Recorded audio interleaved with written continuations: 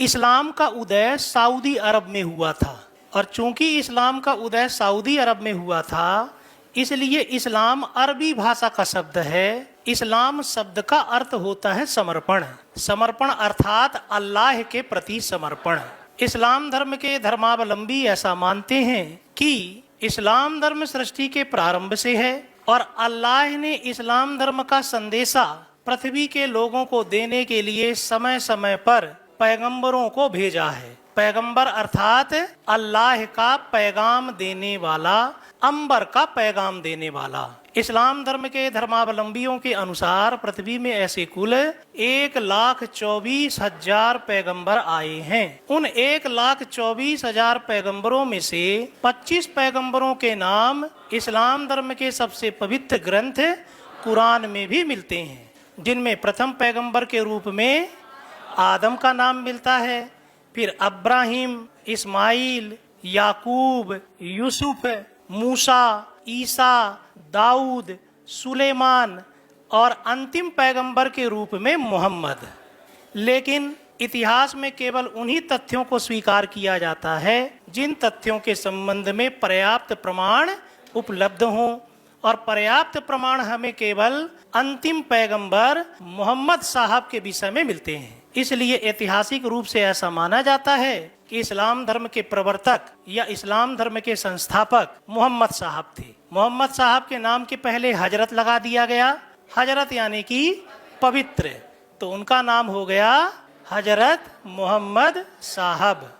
हजरत मोहम्मद पैगंबर साहब का जन्म 570 ईस्वी में मक्का में हुआ था। मक्का सऊदी अरब में है। उस समय सऊदी अरब में बहुत सारे कबीले होते थे। कबीलों को फिरके कहा जाता था। कबीले का मतलब है एक ही रक्त संबंध से जुड़ा हुआ जन समुदाय, लोगों का ऐसा समूह जिनका आदि पूर्वज कोई एक हो।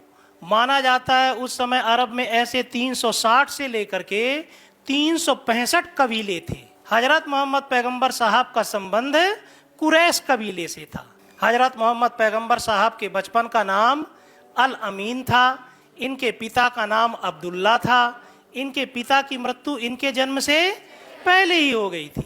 इनकी माँ का नाम अमीना था, जिनकी मृत्यु तब हो गई थी जब हजरत मोहम्मद पैगंबर साहब की आयु मात्र 6 वर्ष थी। इसलिए हजरत मोहम्मद पैगंबर साहब का पालन पोषण पहले इनके दादा मुत्तलिब या मुतल्लिब के द्वारा किया गया, और दादा की मृत्यु के उपरांत इनका पालन पोषण इनके चाचा अबू तालिब के द्वारा किया गया। अबू तालिब उस समय कुरैश कबीला के प्रमुख थे, और सऊदी अरब में जितने भी कबीले थे उनमें से कुरैश कबीला एक शक्तिशाली कबीला था। तो हजरत मोहम्मद पैगंबर साहब के चाचा प्रतिष्ठित व्यक्ति थे। हजरत मोहम्मद पैगंबर साहब जैसे जैसे बड़े हुए वैसे आगे चल करके रोजगार की तलाश में वो खदीजा नामक ऊँटों का व्यापार करने वाली एक विधवा महिला के यहाँ नौकरी करने लगे, और खदीजा के ऊँटों को बेचने के लिए पैगंबर साहब देश विदेश की यात्राओं पर जाया करते थे। देश विदेश की यात्राओं में जाने से अलग अलग प्रकार के लोगों से ये मिले, जिससे इनके ज्ञान का विकास हुआ। हजरत मोहम्मद पैगंबर साहब ने कुल 13 विवाह किए, जिनमें से प्रथम विवाह 595 ईस्वी में खदीजा से किया। उस समय हजरत मोहम्मद पैगंबर साहब की आयु मात्र 25 वर्ष और खदीजा नामक विधवा की आयु मात्र 40 वर्ष थी। यूं तो एक विधवा से विवाह करना पाप माना जाता था, लेकिन हजरत मोहम्मद पैगंबर साहब ने उन बंदिशों को तोड़ते हुए खदीजा से विवाह किया था। इस विवाह का बड़ा सकारात्मक प्रभाव भी पड़ा। हजरत मोहम्मद पैगंबर साहब की प्रतिष्ठा बढ़ गई, क्योंकि खदीजा एक धनवान व्यापारी महिला थी। खदीजा से इनको एक पुत्री की भी प्राप्ति हुई, जिसका नाम फातिमा था, और फातिमा का विवाह इनके चाचा अबू तालिब के पुत्र हजरत अली से हुआ था। हजरत मोहम्मद पैगंबर साहब की 13 पत्नियों से कुल 3 पुत्र और 4 पुत्रियां पैदा हुई। 3 पुत्रों की मृत्यु इनके जीवन काल में ही हो गई थी, और 4 पुत्रियों में सबसे प्रसिद्ध पुत्री फातिमा हुई। इतिहास में फातिमा का बड़ा महत्व है, क्योंकि फातिमा का विवाह हुआ था हजरत अली से, और हजरत अली हजरत मोहम्मद पैगंबर साहब के मरने के बाद इस्लाम धर्म के चौथे खलीफा होंगे। हजरत मोहम्मद पैगंबर के उत्तराधिकारियों को आगे चल करके खलीफा कहा गया, और चौथे नंबर के इनके उत्तराधिकारी कौन होंगे? हजरत अली। अब विवाह के उपरांत ही जनरली ज्ञान की प्राप्ति होती है, तो हजरत मोहम्मद पैगंबर साहब को भी पहली बार ज्ञान की प्राप्ति 610 ईस्वी में मक्का की हीरा नामक गुफा में हुई। माना जाता है हीरा नामक गुफा में ये ध्यान में बैठे हुए थे कि इनके स्वप्न में एक देवदूत आए। देवदूत का नाम है जिब्राइल, और अल्लाह के द्वारा भेजे गए इस देवदूत ने हजरत मोहम्मद पैगंबर साहब को पहली बार ज्ञान दिया कि आपका जन्म हुआ है अल्लाह के ज्ञान का प्रचार प्रसार करने के लिए, तो आप अल्लाह के ज्ञान का प्रचार प्रसार करो। और अल्लाह का प्रथम संदेशा यह है कि अल्लाह एक है और निराकार है। इस तरीके से हजरत मोहम्मद पैगंबर साहब को 40 वर्ष की अवस्था में 610 ईस्वी में पहली बार ज्ञान की प्राप्ति हुई। इसके कुछ ही समय के पश्चात माना जा सकता है कि इस्लाम धर्म की स्थापना हुई होगी। इतिहासकार मानते हैं कि इस्लाम धर्म की व्यवस्थित रूप से स्थापना 612 के आसपास हुई थी। हजरत मोहम्मद पैगंबर साहब को जो ज्ञान मिला था वो ज्ञान उन्होंने सबसे पहले अपनी पत्नी खदीजा को बताया, अर्थात हजरत मोहम्मद पैगंबर साहब की प्रथम शिष्या उनकी पत्नी खदीजा हुई। और हजरत मोहम्मद पैगंबर साहब के प्रथम शिष्य उनके ससुर अबू बकर हुए। अबू बकर की एक लड़की अम्मा आयशा का विवाह हजरत मोहम्मद पैगंबर साहब से हुआ था। अब हजरत मोहम्मद पैगंबर साहब मक्का के लोगों में इस ज्ञान का प्रचार प्रसार करने लगे कि अल्लाह एक है और अल्लाह निराकार है। लेकिन मक्का में उस समय एक आयताकार जगह हुआ करती थी, और उस आयताकार जगह के चारों तरफ 360 से 365 अलग अलग देवी देवताओं की मूर्तियां हुआ करती थी। माना जाता है उस समय अरब में 360 से 365 कबीले थे, और हर कबीले की एक देवी या देवता की मूर्ति होती थी। 365 दिनों में एक दिन एक कबीले के लिए निर्धारित रहता था। उसी दिन उस कबीले के लोग उस आयताकार जगह में जाकर के अपने देवी या देवता की मूर्ति की पूजा किया करते थे। ऐसी जानकारी मिलती है कि उन देवी देवताओं में 3 देवियां पैगंबर की पुत्रियां थीं। कुरान में उनके नाम भी मिलते हैं, अल-लात, अल-लुज्जा एवं मनात। और एक पुरुष देवता के रूप में कुरान में नाम मिलता है हुबल का। लेकिन हजरत मोहम्मद पैगंबर साहब ये प्रचार कर रहे थे कि अल्लाह तो निराकार है, यानी मूर्ति पूजा उचित नहीं है, और अल्लाह अनेक नहीं बल्कि एक है।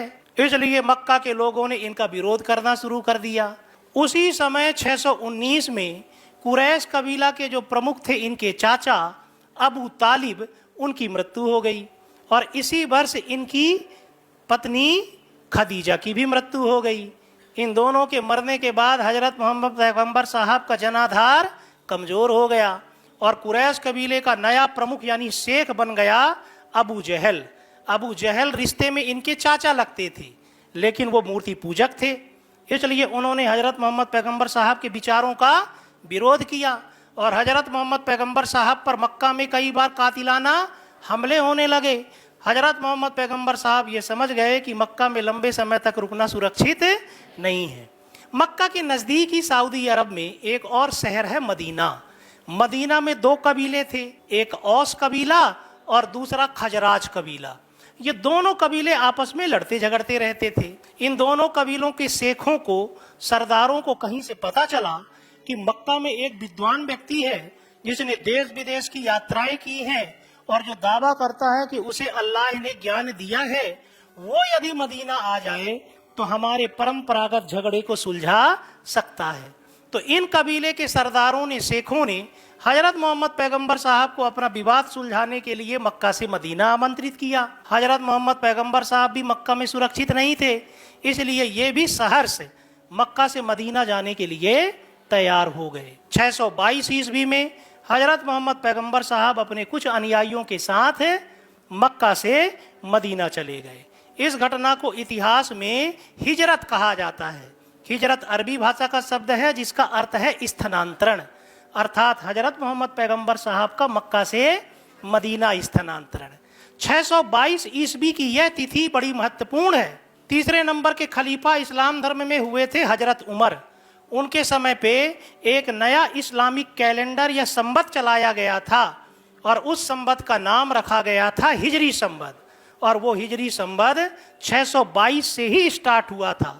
आज के कैलेंडर के हिसाब से यदि वो तिथि ज्ञात की जाए तो लगभग 16 जुलाई 622 ईस्वी से हिजरी संवत का प्रारंभ हुआ था।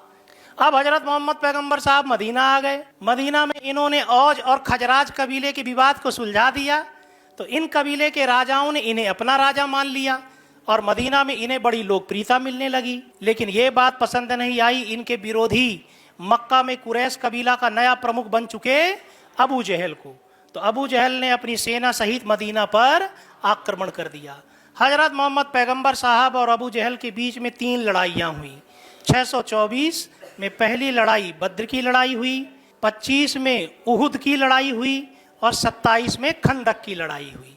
इन तीनों लड़ाइयों में फाइनली हजरत मोहम्मद पैगंबर साहब की सेना विजय हुई और अबू जहल के समर्थक पराजित हुए।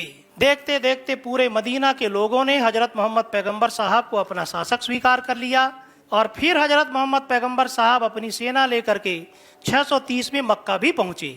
इस बार मक्का के लोगों ने इनका विरोध नहीं किया और मक्का पर भी इनका अधिकार हो गया। माना जाता है मक्का में जो वो आयताकार जगह थी जहां 360 या 365 विभिन्न देवी देवताओं की मूर्तियां रखी रहती थीं, हजरत मोहम्मद पैगंबर साहब ने मक्का पहुंचने के बाद उन मूर्तियों को वहां से हटवा दिया और ये माना गया कि जो प्रथम पैगंबर थे आदम, उनके जीवन काल में आसमान से एक सफेद पत्थर गिरा था। उस आसमानी पत्थर को उसी आयताकार जगह के बीच में स्थापित कर दिया गया। आज विश्व भर के मुसलमान उसी पत्थर की इबादत करते हैं और चूंकि वो जगह जो आयताकार जगह है उसे काबा कहा जाता है और एक तरीके से वो मस्जिद है। भारत से वो मस्जिद पश्चिम दिशा में पड़ती है, इसलिए भारतीय मुसलमान पश्चिम की ओर मुख करके नमाज पढ़ते हैं। तो काबा कहाँ है? मक्का में। काबा वही आयताकार जगह है जिसके विषय में माना जाता है कि इसके चारों तरफ 360 या 365 अलग अलग देवी देवताओं की मूर्तियां हुआ करती थीं, जिन्हें हजरत मोहम्मद पैगंबर साहब के द्वारा 630 में मक्का पर अधिकार करने के उपरांत हटवा दिया गया था। यहीं कुछ ऐसी भी बातें मिलती हैं सोशल मीडिया वगैरह में कि वो जो पत्थर है जिसके विषय में कहा जाता है कि आसमानी पत्थर है, वास्तव में वो एक शिवलिंग है और वो शिवलिंग पहले सफेद था क्योंकि उसमें चांदी की खोल चढ़ी हुई थी और पैगंबर साहब ने मूर्तियां तो छोटी मोटी हटवा दी, लेकिन जब इन्होंने वो शिवलिंग हटाने का प्रयास किया तो वहाँ के सारे कबीले एकजुट हो गए और उन्होंने बोला नहीं, ये हमारे मक्केश्वर शिवलिंग हैं, आप इनको नहीं हटा सकते हो।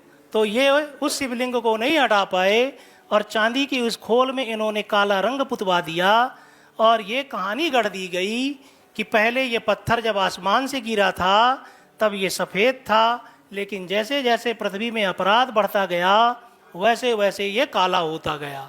आज वो पत्थर किस रंग का है? काले रंग का। लेकिन ये सोशल मीडिया की बातें हैं, इनकी सत्यता या असत्यता के संबंध में मैं कोई दावा नहीं कर सकता। हजरत मोहम्मद पैगंबर साहब ज़्यादातर मदीना में ही रहे। मदीना का प्राचीन नाम यसरिफ था, लेकिन पैगंबर साहब के रहने के कारण इसे मदीना कहा जाने लगा। मदीना भी अरबी भाषा का शब्द है जिसका अर्थ होता है हजरत मोहम्मद पैगंबर का स्थान। मदीना में ये अपनी सबसे अंतिम नंबर की पत्नी अम्मा आयशा के यहाँ रहते थे। अम्मा आयशा के जो पिता थे हजरत अबू बकर, वो हजरत मोहम्मद पैगंबर साहब के हम उम्र भी थे और हजरत मोहम्मद पैगंबर साहब के शिष्य भी थे। हजरत मोहम्मद पैगंबर साहब मई 632 ईस्वी में मदीना से मक्का काबा की यात्रा के लिए आए।